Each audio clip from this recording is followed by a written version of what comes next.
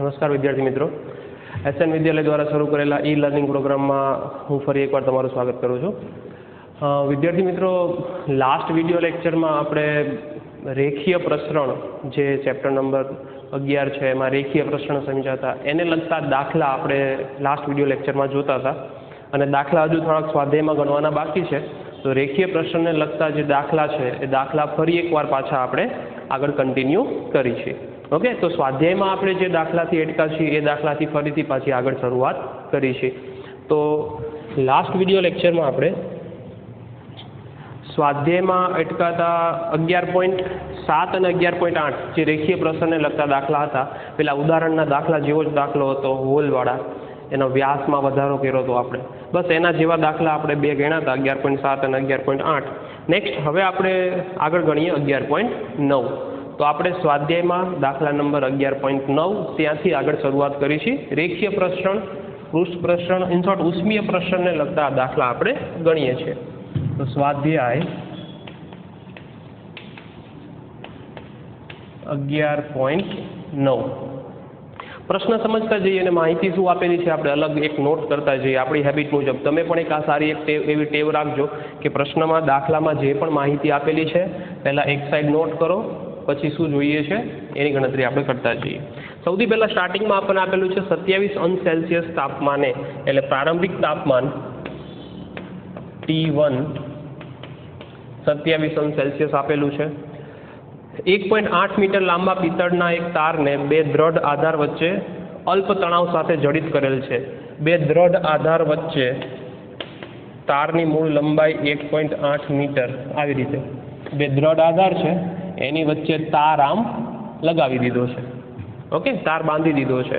હવે પ્રશ્ન શું કીધો છે આગળ, જો તારને -39°C નવું તાપમાન -39°C સુધી ઠંડો કરવામાં આવે. જો તારને ઠંડો કરવાનો કીધો છે, સિમ્પલ એક વસ્તુ વિચારજો, લંબાઈ વધે છે, સોરી તાપમાન વધે છે તો લંબાઈ વધે છે, એના બદલે તાપમાન ઘટાડો તો લંબાઈમાં શું થશે? ઘટાડો. હવે લંબાઈમાં ઘટાડો થાય તો અહીંયા લંબાઈ ઘટે છે પણ દોરી તો અહીંયા કેવી છે? બાંધેલી છે. હવે બંને સાઈડથી તાર બાંધેલો છે ને લંબાઈ ઘટાડવા જાઓ તો તાર છે ઢીલો હશે તો એમાં તણાવ બળ વધશે, તાર એકદમ ટાઈટ થઈ જશે.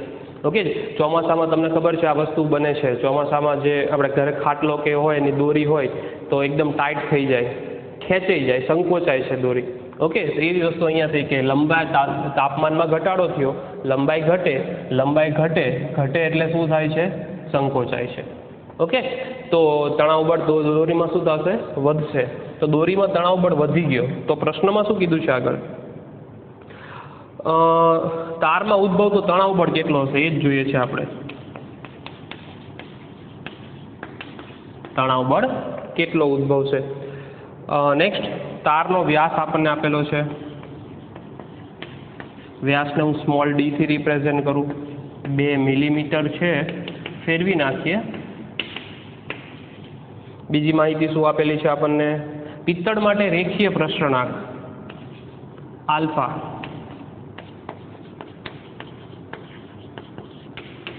આલ્ફાની માહિતી આપી દીધી છે આપણને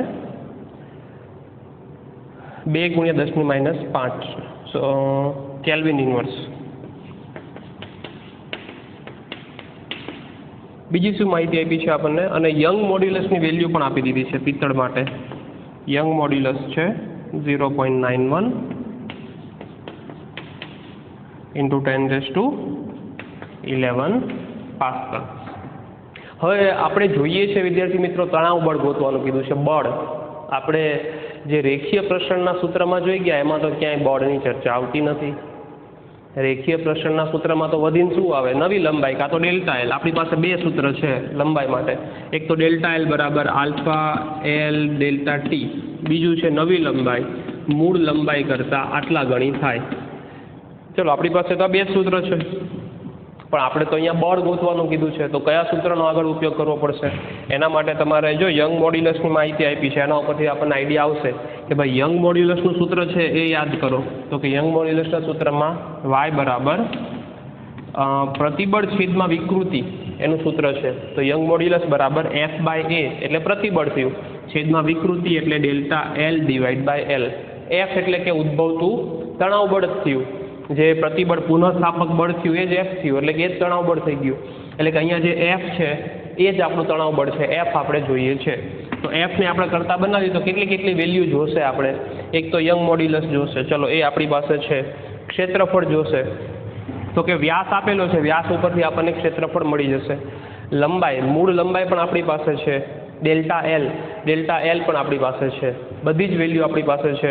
એક એફ આપણે ગોતવાનો છે, તો એ આપણને મળી જાય. તો યંગ મોડ્યુલસના સૂત્ર ઉપરથી આપણે ગણતરી કરવી પડશે. તો એ સૂત્રમાં આપણે વધારે આગળ જઈએ તો ડેલ્ટા એલની કિંમત મૂકવાની થશે. તો આપણે ડેલ્ટા એલની કિંમત આવડિયા મૂકી દઈશું. તો ગણતરી કરીએ યંગ મોડ્યુલસના સૂત્રથી. તાર માટે યંગ મોડ્યુલસ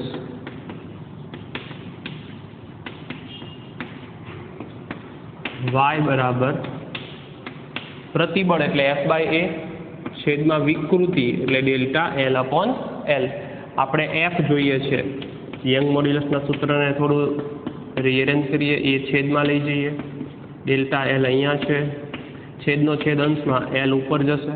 આપણે તણાવ બળ જોઈએ છે એટલે કે F જોઈએ છે, F ને કરતા બનાવીએ તો F બરાબર યંગ મોડ્યુલસ આડછેદનું ક્ષેત્રફળ લંબાઈનો ફેરફાર છેદમાં L. F ને કરતા બનાવ્યા એટલે કે આપણું તણાવ બળ આપણને મળી ગયું. હજુ આમાં આપણે કિંમત મૂકી દઈએ. યંગ મોડ્યુલસ આડછેદનું ક્ષેત્રફળ આપણી પાસે તો શું છે? વ્યાસ છે.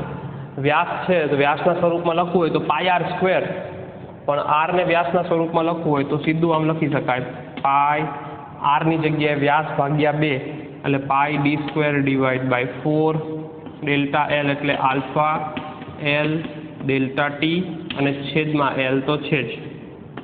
ને કઈ કિંમત મૂકી આમાં આપણે? કઈ કિંમત મૂકી? એક તો આ ક્ષેત્રફળની કિંમત મૂકી અને બીજી આવડિયા ડેલ્ટા L ની કિંમત મૂકી. સમજાય છે બધાને? ક્ષેત્રફળ એટલે પાઈ ત્રિજ્યાનો વર્ગ વ્યાસ ભાગ્યા 2 નો વર્ગ કરી નાખ્યો અને ડેલ્ટા L ની જગ્યાએ આલ્ફા L ડેલ્ટા T મૂકી દીધા છે. બસ હવે કંઈ જ કરવાનું નથી. હવે તમારે કિંમત મૂકવાની છે, જવાબ મળી જશે આપણને. વેલ્યુ બધી મૂકી દઈએ. યંગ મોડ્યુલસ 0.91 × 10⁻11 × પાઈ ઇન્ટુ વ્યાસનો વર્ગ. વ્યાસ આપણને કેટલું આપેલું છે? 2 mm છે. 2 × 10⁻³ એનો વર્ગ ભાગ્યા 4 ઇન્ટુ આલ્ફા કેટલા છે?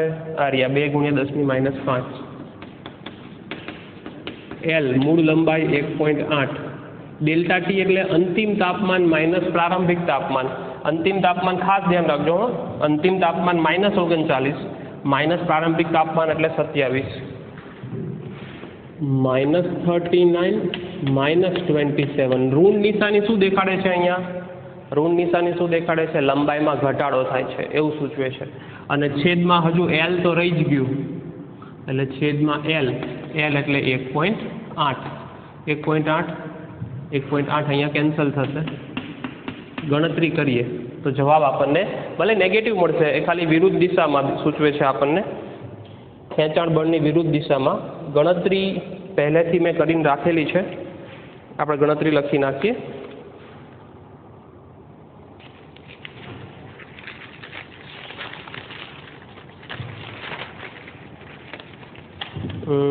તમે કેલ્ક્યુલેટરથી ગણતરી કરજો, તમારે જવાબ આવશે 0.91 × પાઈ × 2 નો વર્ગ 2 છે, ઓલા 2 નો બાદબાકી પણ સરવાળો થશે ભાગ્યા 4. કેલ્ક્યુલેશન કરીએ તો છેલ્લે કંઈક આવો જવાબ આવશે. 10 ની ઘાત ને બધું આપણે ગણતરી કરીને મૂકીએ તો 377.17. 10⁻11 ઘાત, અહીંયા ઘાત છે 11, -6 અને -5. 6 અને 5 11 કેન્સલ. નેગેટિવ આવશે પણ એ વિરુદ્ધ દિશા દેખાડે છે તમને. 377.17 ન્યૂટન. ઋણ નિશાની લંબાઈનો ઘટાડો થયો એટલે બળ ઘટાડાની વિરુદ્ધ દિશામાં છે એવું સૂચવે છે. માટે તારમાં ઉદ્ભવતો તણાવ બળ કેટલું થશે? 377.17 ન્યૂટન. આ આપણો જવાબ. ઋણ નિશાની મેં તમને ફરીથી કીધું, ઋણ નિશાની શું કહે છે કે લંબાઈનો ઘટાડો આ દિશામાં, તણાવ બળ એની વિરુદ્ધ દિશામાં, ખાલી આવું સૂચવે છે, બીજું કંઈ નથી. ઓકે, તો બસ આ થઈ ગઈ ગણતરી આપણી. તો અહીંયા આપણો આ દાખલો પૂરો થયો.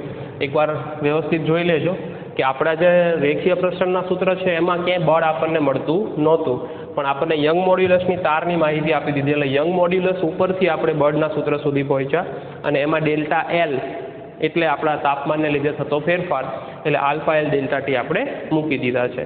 આ એક બાબત ધ્યાનમાં રાખશું. બીજી એક વાત તમને કહી દઉં, અહીંયા ડેલ્ટા ટી તરીકે અંતિમ તાપમાન માઇનસ પ્રારંભિક તાપમાન, તમે જુઓ મેં ત્યાં એકમનો ફેરફાર નથી કર્યો. તાપમાનની કિંમત મૂકવામાં, આ બેના તફાવત લેવામાં મેં એકમનો ફેરફાર નથી કર્યો. તમે કરી નાખશો તોય કોઈ ફેર નહીં પડે, કેલ્વિનમાં લખશો તોય. કારણ શું છે મેં તમને પહેલાં જ સમજાવેલું છે, હજુ કહું છું. તાપમાનનો તફાવત જ્યાં મૂકવાનો હોય ત્યાં કેલ્વિનમાં મૂકો કે સેલ્સિયસમાં મૂકો, કોઈ જ ફેર પડતો નથી. સેલ્સિયસ મુજબ એકમનો તફાવત તાપમાનનો અને કેલ્વિન મુજબ તાપમાનનો તફાવત કેવો મળે છે આપણને? એક સરખો જ મળે છે. એટલે અહીંયા આપણે સેલ્સિયસમાં જ કિંમત મૂકીને સીધો તફાવત લઈ લીધો છે. તમે કેલ્વિનમાં કન્વર્ટ કરીને પછી તફાવત લેશો તો પણ સેમ જ આન્સર આવશે, કોઈ ફેર પડતો નથી. ઓકે, તો એકવાર વિડીયો પોઝ કરીને તમારી રીતે દાખલો ફરીથી આખો નોટ ડાઉન કરી લેજો. ઓકે, નેક્સ્ટ હવે આપણે એના પછીના દાખલા ઉપર જોઈએ. સ્વાધ્યાયમાં હજુ એના પછી સારો દાખલો છે. દાખલા નંબર છે 11.10. ચલો એના પછીનો જ દાખલો છે 11.10 જોઈએ આપણે.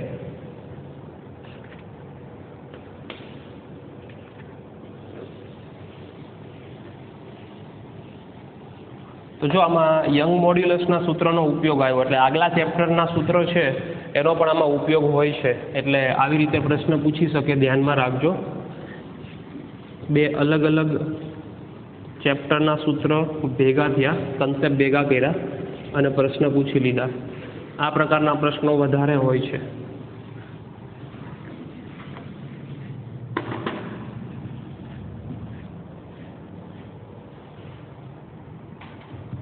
ચલો આપણે હવે નેક્સ્ટ 11.10 ઉપર જઈએ.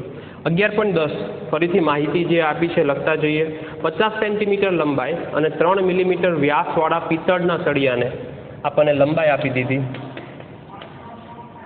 50 સેન્ટીમીટર, વ્યાસ ડી આપી દીધું 3 mm. પિત્તળના સળિયાને તેટલી જ લંબાઈના અને તેટલો જ વ્યાસ ધરાવતા, જો અહીંયા લંબાઈ અને વ્યાસ સમાન કીધા છે તો તેટલી જ લંબાઈના તેટલો જ વ્યાસ ધરાવતા સ્ટીલના સળિયા સાથે જોડવામાં આવે છે. તો આવી રીતે બે સળિયા જોડી દીધા.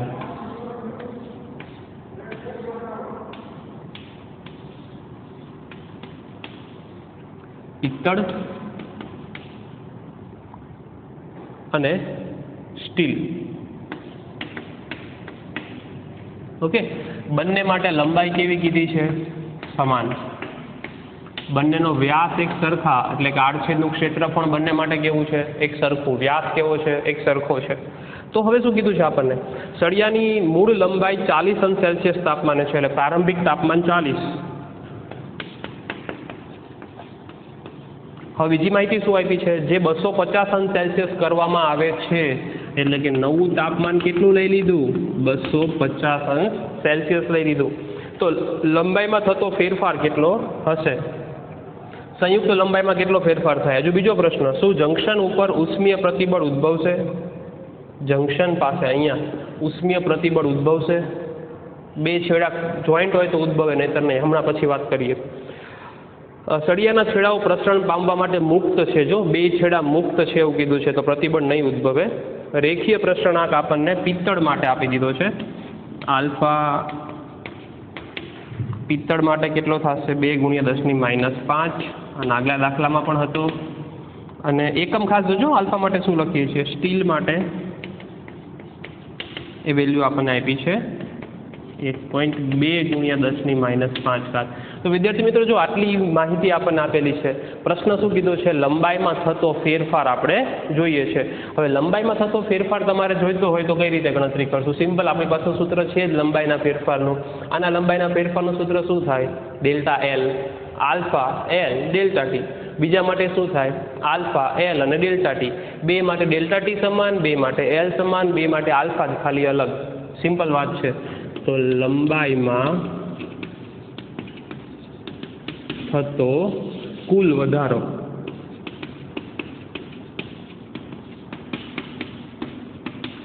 તો લંબાઈનો વધારો પિત્તળ માટે પ્લસ લંબાઈનો વધારો સ્ટીલ માટે.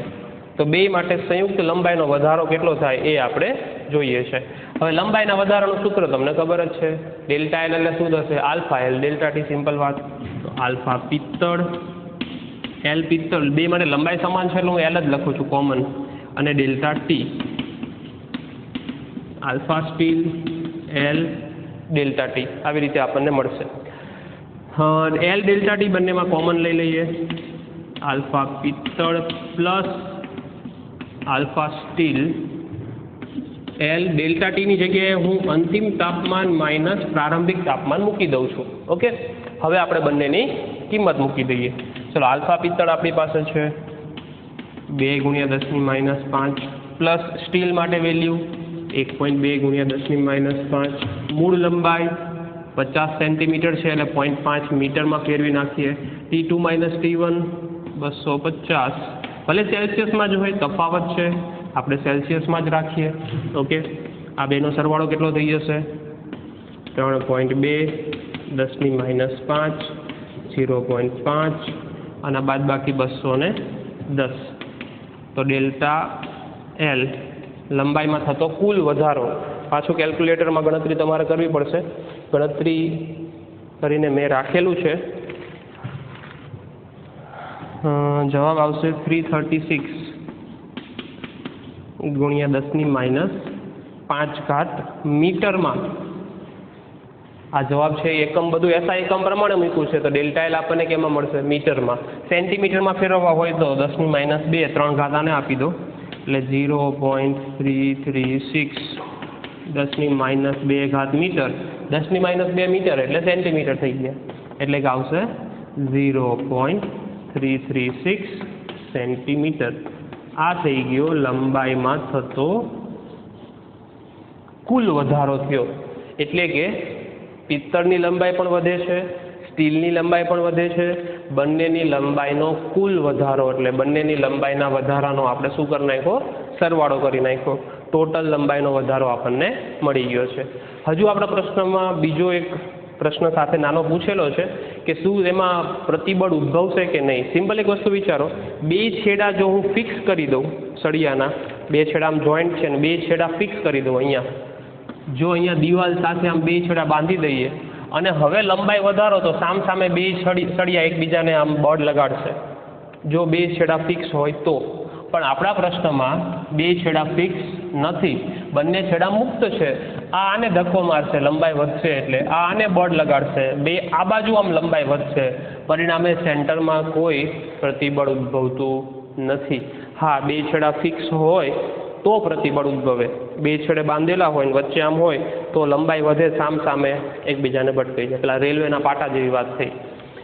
બે પાટા વચ્ચે ગેપ રાખે છે ને એટલે ફૂલાય એટલે એકબીજાના મળી જાય, પણ એટલે અડે ખાલી ખરા, પણ એકબીજા ઉપર જો હજુ લંબાઈ વધે તો એકબીજા ઉપર બળ લગાડે અને ફૂલાઈ જાય, આમ વળી જાય, બેન્ડ થઈ જાય. એવું ન થાય એટલા માટે શું કરે છે? વચ્ચે ગેપ રાખવામાં આવે છે. બરોબર છે?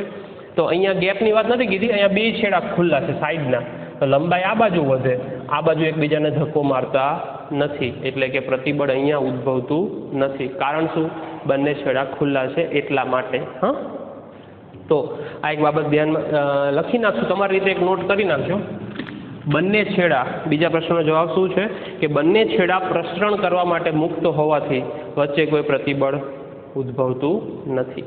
બરોબર છે? કારણ આ જ છે, એમને કારણ પ્રશ્નમાં આપી દીધું છે, બે છેડા ખુલ્લા છે એટલે. ચલો, તો આ થઈ ગઈ વાત સ્વાધ્યાયની અંદર 11.10ની સિમ્પલ કેલ્ક્યુલેશન છે. લંબાઈમાં થતો કુલ વધારો ગણતરી કરી, જવાબ આવશે. બરોબર છે? ચલો નેક્સ્ટ, હવે આપણે આગળ વધીએ 11.11 એના પછીનો જે દાખલો છે એના ઉપર. જો હવે એ 11.11 છે ને થોડો અલગ વાત છે. મેં તમને કીધું હતું કે ઘનતાના ફેરફારની ચર્ચા આપણી ટેક્સ્ટ બુકમાં નથી આપેલું, પણ એના લગતો એક દાખલો આપેલો છે. એ દાખલો આમાં છે. ઘનતાના ફેરફારનું સૂત્ર મેં તમને એક્સ્ટ્રા લખાવેલું હતું કે ઘનતાના ફેરફારના સૂત્રની વાત આમાં કરવી પડશે. કદ પ્રસરણાંક આપણને આપી દીધો છે.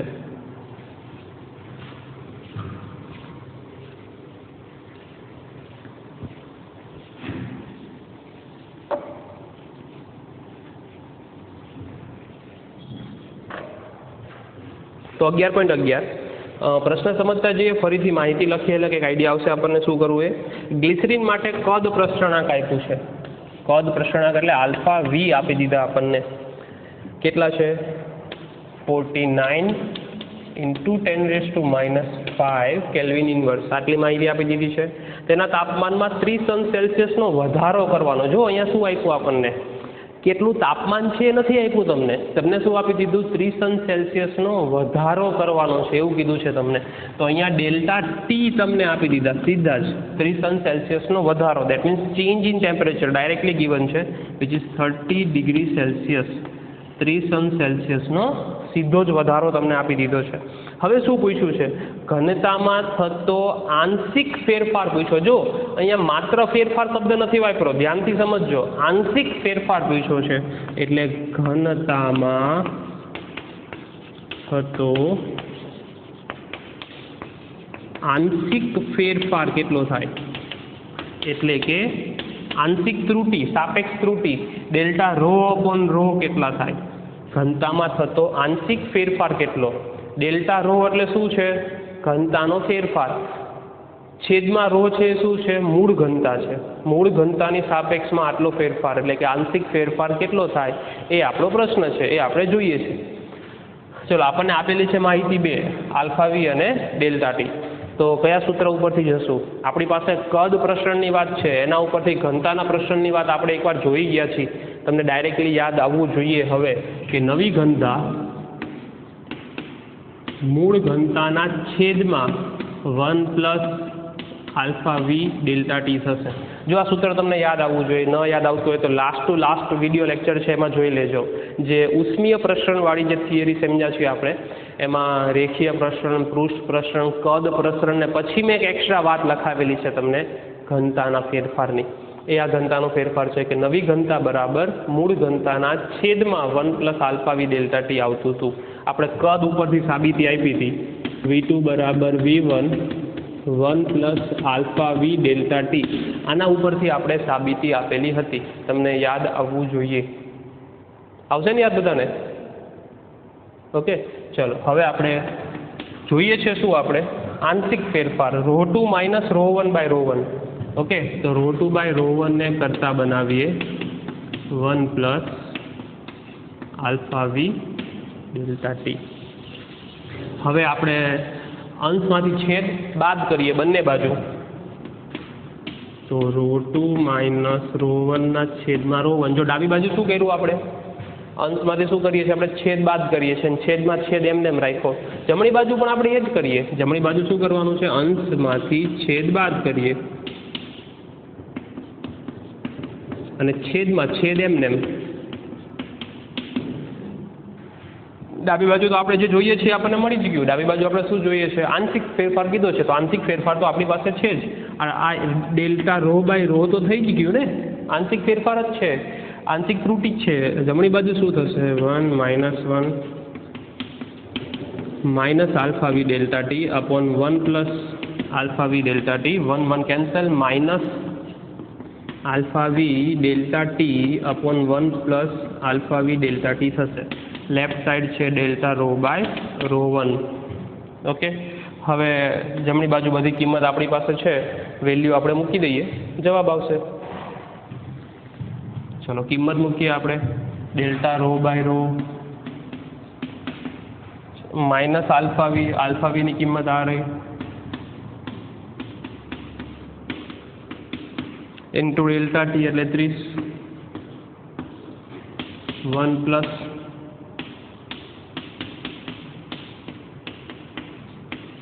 Into 30 minus again. ચલો આની કેલ્ક્યુલેશન મેં કરીને રાખેલી છે, ગણતરી આપણે લખીએ શું આપેલું છે. અંશમાં જે કેલ્ક્યુલેશન કરીએ આપણે 49 × 30 અને 10⁻⁵ એને આપણે આપી દઈએ. તો જવાબ આવે છે -0.0147 अपॉन 1 प्लस 0.0147 એટલે કે -0.0147 ઋણ નિશાની ઘટાડો સૂચવે છે.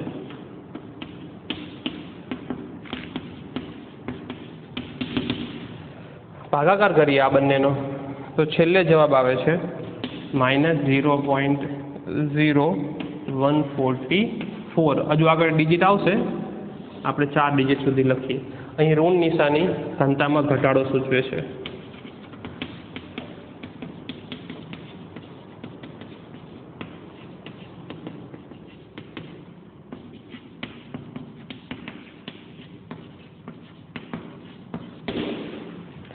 તો ઘનતામાં થતો આંશિક ઘટાડો આપણને મળી ગયો. ઓકે, તો ગણતરી બધાને સમજાઈ ગઈ.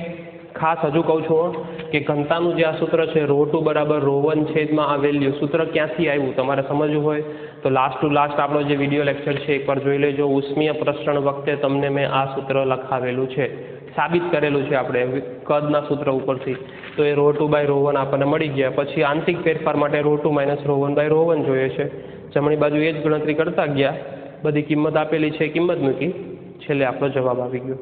તો આ થઈ ગયો ઘનતામાં થતો આંશિક ફેરફાર. ઓકે, સ્વાધ્યાયમાં 11.11 આપણે ગણી લીધો છે. નેક્સ્ટ હજુ આગળ દાખલા છે થોડા ગણીએ. ચલો 11.12 પછી છે એ બીજા દાખલા છે, એ નથી ગણવા આપણે, એ પછી આગળ વિશિષ્ટ ઉષ્માને ચાલી જાય પછી આપણે ગણતરી કરીશું. હજુ આગળ 1-2 દાખલા છે બીજા. જો 11.3 છે ને એ થોડો અલગ દાખલો છે અને સેમ આવો 11.3 જેવો જ દાખલો જે સૂત્ર આપ્યું છે એ 12મા ધોરણની અંદર ત્રીજું ચેપ્ટર, 12મા ધોરણમાં ત્રીજું ચેપ્ટર અવરોધવાળું જે ચેપ્ટર છે એ ચેપ્ટરમાં આપણે આ ગણતરી કરશું. ઓકે, અત્યારે ગણતરી તો કરાવું છું તમને, બુકમાં આપ્યો છે એટલે, પણ તમે 12થમાં સેમ આ જ મેથડથી પાછી ગણતરી કરશું. એમાં તાપમાનને લીધે અવરોધમાં થતા ફેરફારની વાત કીધેલી છે, તો એ રીતે ગણતરી કરીએ. તો શું આપેલું છે સમજતા જઈએ. આપણે વાત કરીએ છીએ સ્વાધ્યાયમાં દાખલા નંબર 11.3ની ચર્ચા કરીએ છીએ.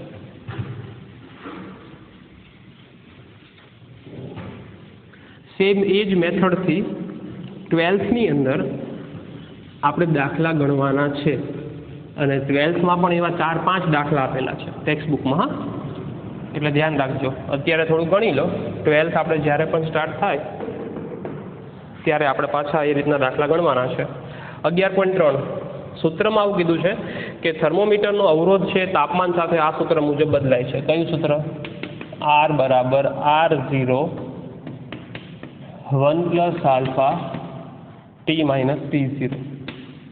આ સૂત્રની અંદર T0 તાપમાને અવરોધ R0 છે, T તાપમાને અવરોધ R છે, આલ્ફા છે એ તો રેખીય પ્રસરણાંક જેમ હતો ને એમ અહીંયા અવરોધકતાનો તાપીય ગુણાંક કહેવાય, એ છે, અચળાંક છે આલ્ફા. કિંમત આપી છે લખીએ. પાણીના ત્રિબિંદુએ થર્મોમીટરનો અવરોધ આટલો છે, એટલે પાણીના ત્રિબિંદુને આપણે શું કરી નાખીએ, પાણીના ત્રિબિંદુને સંદર્ભ તાપમાન લઈ લઈએ. T0 તાપમાન કેટલું છે? 273.16 કેલ્વિન. આ જ તાપમાને અવરોધ કેટલો છે? 101.6 ઓહમ. જો હું માહિતી લખું છું એ સમજજો. સંદર્ભ તાપમાન આપણે પાણીનું ત્રિબિંદુ કહી દીધું છે અને એ તાપમાને અવરોધ આપણને આટલો મળેલો છે. નેક્સ્ટ હજુ 2 પરિસ્થિતિ આપી છે આપણને. જો શીશાના સામાન્ય ગલન બિંદુ એટલે કે નવું તાપમાન કેટલું કીધું છે? 600.5 કેલ્વિન. આ તાપમાને અવરોધ 165.5 ઓહમ થશે. થર્મોમીટરનો અવરોધ હવે T2 તાપમાન કેટલું કે જ્યારે અવરોધ કેટલો હોય? 123.4 ઓહમ હોય. ઓકે, તો આ થઈ ગઈ આપણી માહિતી. હવે ગણતરી કરીએ. જો ફરી એકવાર તમને માહિતી સમજાવી દઉં. આ કોઈ તાપમાને આટલો અવરોધ આપેલો છે, આ તાપમાને આટલો અવરોધ આપેલો છે, તો અવરોધ આટલો હોય એ વખતે કેટલું તાપમાન હશે? તાપમાન અને અવરોધનો સંબંધ આ સૂત્ર મુજબ બદલાય છે એવું આપણને કીધું છે. બરોબર છે. તો હવે તમારે કરવાનું કંઈ નથી. અહીંયા આપણે 12થમાં આવશો ને ત્યારે પણ સેમ આ જ રીતના દાખલા ગણવાના આવશે. કરવાનું શું છે આપણે કે આ એક માહિતી આ બીજી માહિતી અને આ ત્રીજી માહિતી, 3 માહિતી છે. આપણે ગણતરીમાં તો 2 જ માહિતી લેવાની હોય, એટલે શું કરવાનું, તમારે આ સૂત્રનો ઉપયોગ 2 વાર કરવાનો. અને આપણી પાસે અજ્ઞાત પણ 2 જ છે. જો આલ્ફાની કિંમત નથી આપી આપણને, અને બીજું આ T2 તાપમાન આપણી પાસે નથી. 2 અજ્ઞાત છે, 2 વેરિયેબલ, 2 ઇક્વેશન તમારે બનાવવા પડશે, તો તમે સોલ્વ કરી શકશો. ઓકે, તો 2 ઇક્વેશન કઈ રીતે બનાવવા? પહેલાં આ 2 માટે એક ઇક્વેશન, આના માટે સંદર્ભ આને લઈ લેજો, ધ્યાન રાખજો. અને બીજી વાર T2 તાપમાન માટે પણ સંદર્ભ તરીકે તો T0 ને જ લેજો. હા, બંનેમાં સંદર્ભ તરીકે T0 કોમન લેવાના છે, આ ધ્યાનમાં રાખજો. નહીંતર જવાબમાં થોડો ફેરફાર આવશે. સૌથી પહેલી માહિતી માટે તો RT1 બરાબર RT0 1 plus alpha T1 minus T0 પરથી ચલો કિંમત મૂકીએ. RT1 ની વેલ્યુ 165.5, RT0 101.6, આલ્ફા નથી ખબર, જોઈએ છે, ગોતી નાખશું આપણે. 2 વેલ્યુ અજ્ઞાત છે, T2 અને આલ્ફા. 600.5 અને માઇનસ T0 273.16. ઓકે, આ છેદમાં લઈ લઈએ તો 165.5. આપણે આગળ ગણતરી કરી દઈએ ને આના જેવા લંબાઈના ફેરફારવાળા. એક આ બાજુ લઈ લઈએ. અથવા ચલો પછી લખીએ 1 પ્લસ આલ્ફા, આ બેની બાદબાકી કરી નાખીએ. 600.5 273.16. હવે એક આ બાજુ, ઓલું બાદબાકી નીચે, તો આલ્ફા બરાબર, ચલો મેં ગણતરી કરેલી છે, તમને ગણતરી મુજબ જ સીધો લખાવતો જાઉં. સ્વાધ્યાયમાં 11.3.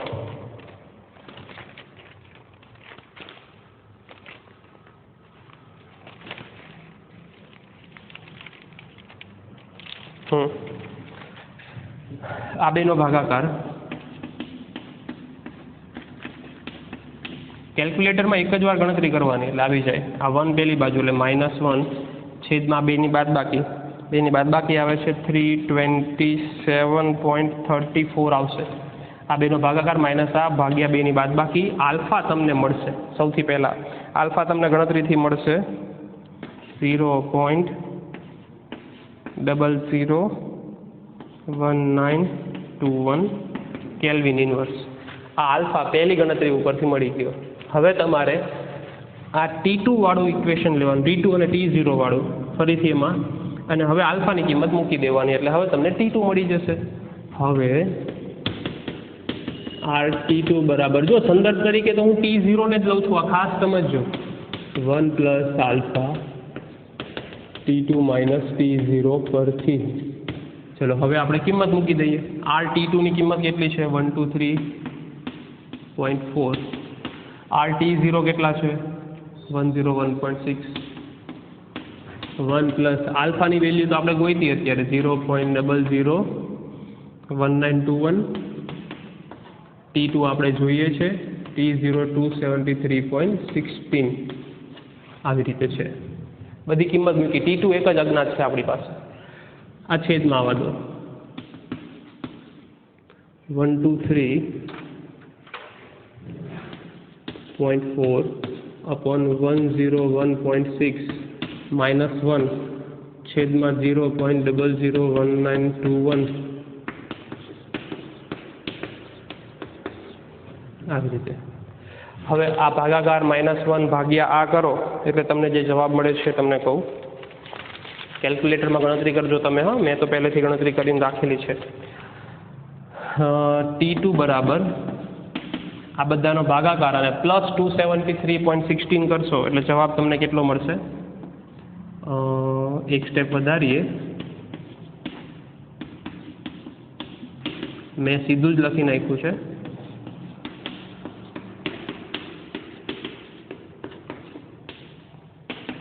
તો ફાઇનલી તમારો આન્સર આવશે એ છે 384.85.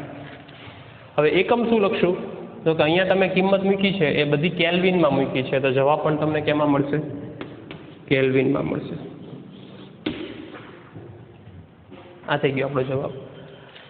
સેમ આવી ગણતરી, સેમ આ જ રીતે 1, 2, 3 સ્લોટમાં માહિતી, અને આ જ રીતે 2 ગણતરી સેમ ટુ સેમ 12th સ્ટાન્ડર્ડમાં 3જા ચેપ્ટરની અંદર આપણે ગણતરી કરશું ફ્યુચરમાં. એટલે ધ્યાન રાખજો. હો, આ ગણતરી આપણે આગળ કરવાની છે ભવિષ્યમાં. તો સ્વાધ્યાયમાં 11.3 દાખલો આપણો અહીંયા કમ્પ્લીટ થઈ ગયો. આના માટે આને સંદર્ભ, આના માટે આને સંદર્ભ ધ્યાનમાં રાખજો. દાખલો ફટાફટ જતો હોય તો ફરી એકવાર વિડીયો રિવાઇન્ડ કરીને ફરી એકવાર આખો દાખલો સમજજો હો, કઈ રીતે આપ્યું છે, માહિતી સાથે આ માહિતી આ માહિતી આ માહિતી, સૂત્ર અને ગણતરી. બરોબર છે. ચલો નેક્સ્ટ. હવે આપણે પાછો એક દાખલો સારો છે ગણીએ અને પછી આપણે નવી થિયરીને એના ઉપર જઈશું. નેક્સ્ટ દાખલામાં આગળ વધારે વિચારીએ આપણે તો એક અલગ અને સારો દાખલો છે પાછો બીજો, એ છે સ્વાધ્યાયમાં 11.6. સ્વાધ્યાયમાં 11.6 અલગ થોડોક સારો દાખલો છે, ગણીએ આપણે એ પણ.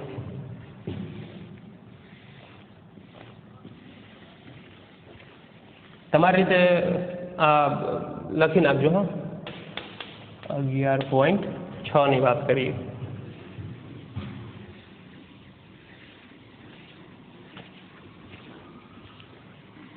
જો હું સરખી રીતના દાખલા એક સાથે લઉં છું એટલે કદાચ થોડા આડાવડા થશે, તમને એમ થશે કે સર આડાવડા દાખલા ગણાવે છે, પણ જરૂરી જેટલા બધા દાખલા છે કેલ્ક્યુલેશનવાળા એ આપણે ગણી લઈશું. કથા વાર્તા અને અમુક જે દાખલા છે એ પછી તમારી ઉપર હું છોડીશ. 11.6 દાખલો આપણે ગણીએ. જો એમાં શું કીધું છે આપણને, 1 મીટર લાંબી સ્ટીલની પટ્ટીનું 27°C તાપમાને ચોકસાઈપૂર્વક અંકન કરેલું છે. ધ્યાનથી સમજો શું આપ્યું છે આપણને. 1 મીટર લાંબી સ્ટીલની પટ્ટી છે, 27°C તાપમાને અંકન કર્યું. અંકન કર્યુંનો અર્થ શું છે ખબર છે? આ 1 મીટર લાંબી ફૂટ પટ્ટી સમજો. અહીંયા 0 અંકન કર્યું છે, અહીંયા 100 સેન્ટીમીટર છે અને વચ્ચે કાપા પાડેલા છે આ રીતે. ઓકે, આ જે કાપા પાડ્યા ને, આ જે અંકન કર્યું ને, એ અંકન કયા તાપમાને કર્યું છે? 27. એનો અર્થ શું થયો? અંકન જ્યારે તમે કરતા હોય ત્યારે તમારી પાસે 100% સાચી માહિતી એટલે સાચું માપ હોય તો જ તમે અંકન કરતા હોય. એટલે કે 27°C તાપમાને તમે જે અંકન કરો છો એ પરફેક્ટ તમારું સાચું માપ છે. 27° તાપમાને લોખંડની જે લંબાઈ છે, સ્ટીલની જે લંબાઈ આપી છે ફૂટપટ્ટીની, એ એક્ઝેક્ટ 100 સેન્ટીમીટર જેટલી જ છે. પણ તાપમાન વધી જાય તો આગળ પ્રશ્નમાં આપ્યું છે. જો હવે શું કીધું છે, ગરમ દિવસે તાપમાન કેટલું છે? 45. અને આપણને ખબર છે આપણે સમરમાં 45 તાપમાન અત્યારે થઈ જ જાય છે. 27 થી 45 એટલો ગેપ પોસિબલ છે. તો ગરમ દિવસે જ્યારે તાપમાન 45 ડિગ્રી થઈ ગયું ત્યારે એક સળિયાની લંબાઈ આ પટ્ટી વડે માપી તો આપણને કેટલી મળી? 63. હવે એક વસ્તુ વિચારો, ધ્યાનથી સમજજો કે આ જે ઉપર રીડિંગ લખેલા છે ફૂટપટ્ટી ઉપર જે લખેલું માપ છે એ તો 27°C તાપમાને લખ્યું છે. હવે તમે જે દિવસે 45 ડિગ્રી તાપમાન છે તે દિવસે આ ફૂટપટ્ટીની સાચી લંબાઈ એ બે કાપા વચ્ચેનું અંતર પૂરેપૂરું 1 સેન્ટીમીટર હશે? નહીં જ હોય ને. રીડિંગ બતાવશે 1 સેન્ટીમીટર પણ માપશે 1 સેન્ટીમીટર કરતાં વધારે, કેમ કે તાપમાન વધ્યું. તાપમાન વધશે તો લંબાઈ વધશે. એટલે રીડિંગ એક સળિયો માપે છે. આ મીટર પટ્ટીની મદદથી એક સળિયાની લંબાઈ માપી, કેટલી મળી? 63 સેન્ટીમીટર મળી. હવે 63 સેન્ટીમીટર જે લંબાઈ મળી છે હકીકતમાં સાચી લંબાઈ 63 કરતાં વધારે હોય. આ એગ્રી થાવ બધા? કેમ કે તમે જે ફૂટપટ્ટી માપો છો એ ફૂટપટ્ટી એ ફૂલાયેલી ફૂટપટ્ટી છે, ફૂલાયેલી ફૂટપટ્ટીથી તમે માપ્યું રીડિંગ અને 63 મળ્યું, તો સાચી લંબાઈ હકીકતમાં 63 થી વધારે હોય. કેમ કે સાચું માપ તો 27°C તાપમાને મળે, 45 ડિગ્રીએ ન મળે. કેમ કે 45 ડિગ્રીએ તો ફૂટપટ્ટીની લંબાઈ કેવી છે? વધી ગયેલી છે. એક કાપાનું સાચું રીડિંગ 1 સેન્ટીમીટર કરતાં વધારે હોય. ભલે બતાવે 1 સેન્ટીમીટર, ઉપર લખેલું હશે 1, પણ સાચું એનું પહોળાઈ જે ગેપ છે એ ગેપ 1 કરતાં વધારે હશે. કારણ તાપમાન વધી ગયું. તો તાપમાન વધી ગયું તો ગેપનું નવું રીડિંગ કેટલું છે એ તમને જો મળી જાય તો સળિયાની સાચી લંબાઈ પણ તમને મળી જાય. એટલે આપણે શું ગોતવાનું છે હવે કે ભાઈ 100 સેન્ટીમીટર લંબાઈ જે 27°C તાપમાને હતી એ 45 ડિગ્રીએ લંબાઈ સાચી કેટલી હોય ભાગ્યા 100 કરી નાખીએ એટલે 1 સેન્ટીમીટરનું નવું માપ તમને મળી જશે. સમજાય છે? પછી 63 સાથે ગુણી દો એટલે તમને સાચી લંબાઈ એક્ઝેક્ટ મળી જશે. તો આપણે શું કરીએ છીએ? 27°C તાપમાને મૂળ લંબાઈ કેટલી છે? 100 સેન્ટીમીટર. નવું તાપમાન છે 45°C. નવી લંબાઈ કેટલી આપણે જોઈએ છે? આલ્ફા કંઈક તમને આપેલો હોવો જોઈએ પ્રશ્નમાં. આપ્યો છે જો સ્ટીલ માટે રેખીય પ્રસરણાંક 1.5.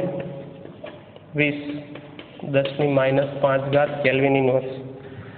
તો વાસ્તવિક લંબાઈ સળિયાની કેટલી છે એ આપણે જોઈ છે। ખોટી ફૂટપટ્ટીથી માપ્યું, ફૂલાયેલી ફૂટપટ્ટીથી 63 મળ્યું, પણ સાચું માપ કેટલું એ આપણે જોઈએ છે, બરાબર છે। એના માટે આપણે શું કરીએ છીએ પહેલાં કે ભાઈ 45 ડિગ્રી તાપમાન થઈ ગયું તો એની મૂળ લંબાઈ 100 હતી, સાચી એ વધીને કેટલી થઈ ગઈ એ આપણે પહેલાં ગોતી લઈએ। એટલે કે L2 બરાબર L1 1 plus alpha delta T પરથી L2ની કિંમત મૂકી। L2 જોઈએ છે આપણે, L1 100 સેન્ટીમીટર છે, આલ્ફા ડેલ્ટા ટી અંતિમ તાપમાન માઇનસ પ્રારંભિક તાપમાન 100 1 પ્લસ સર બાદબાકી ગુણાકાર ને બધી ગણતરી આપણે મેં કરેલી છે, આપણે ગણતરી તમને બતાવી દઈએ શું છે।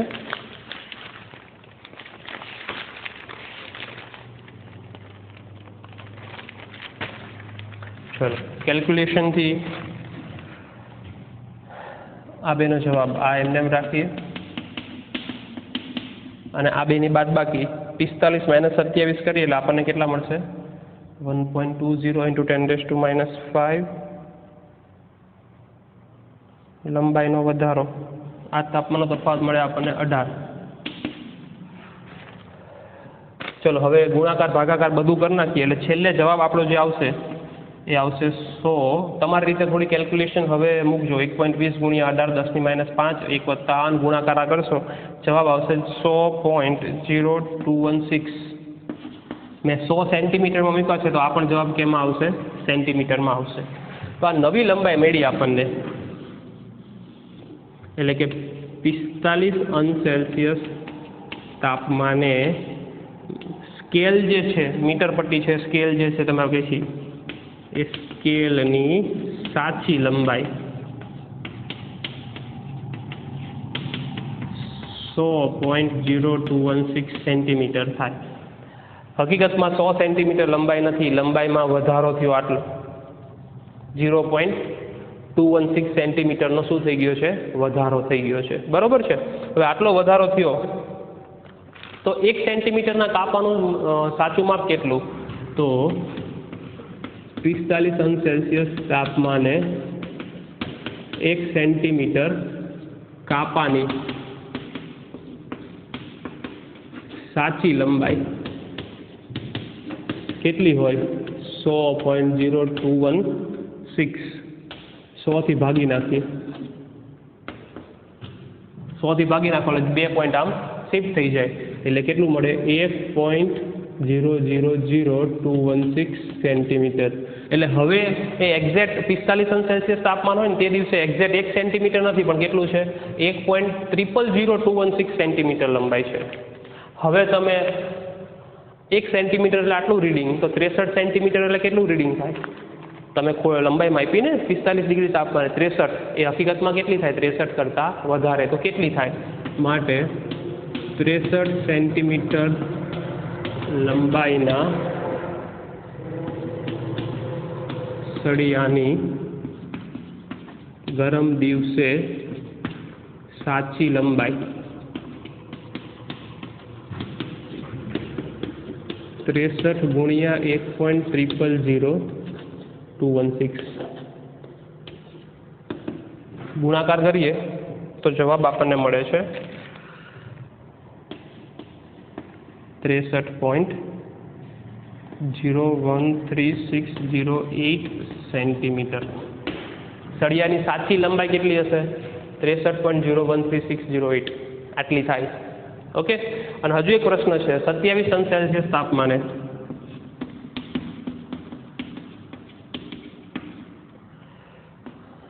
લંબાઈ માપતા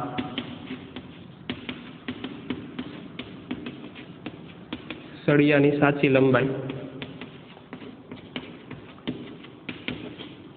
હવે 27°C માપો તો શું ફેર પડે, 27°C તો રીડિંગ કેટલું છે સાચું જ છે, કોઈ ફેર નથી, તાપમાન વધે છે એટલે ફેરફાર થાય। 27°C ફરીથી જઈને માપો તો લંબાઈ કેટલી આવે 63 ની 63 જ આવે, કેમ કે 27°C આ શું ફેર પડવાનો છે, કોઈ જ ફેર પડવાનો નથી। પણ 45 ડિગ્રીએ તાપમાન વધી જાય, લંબાઈ વધી જાય, જો લંબાઈ 100 ની થઈ ગઈ આટલી એટલે 1 સેન્ટીમીટરના બદલે રીડિંગ સાચું કેટલું મળે 1.000216 મળે તો 63 સેન્ટીમીટર એટલે કેટલું રીડિંગ હશે 63.01360 હશે ઓકે 27 અંશ સેલ્સિયસ જવાબ આવશે 63 સેન્ટીમીટર જ તો આ થઈ ગયો આપણો સ્વાધ્યાયનો 11.6 તો રેખીય પ્રસરણ એટલે કે ઉષ્મીય પ્રસરણને લગતા જેટલા પણ આપણા સ્વાધ્યાયમાં દાખલા હતા એ બધા દાખલા આપણે કમ્પ્લીટ કરી લીધા છે એટલે ફાઇનલી તમને કહી દઉં ને તો સ્વાધ્યાયની અંદર આપણે દાખલા જે કમ્પ્લીટ કર્યા છે ટોટલ એકવાર નોટ તમે કરી લેજો 11.3 પછી 6 થી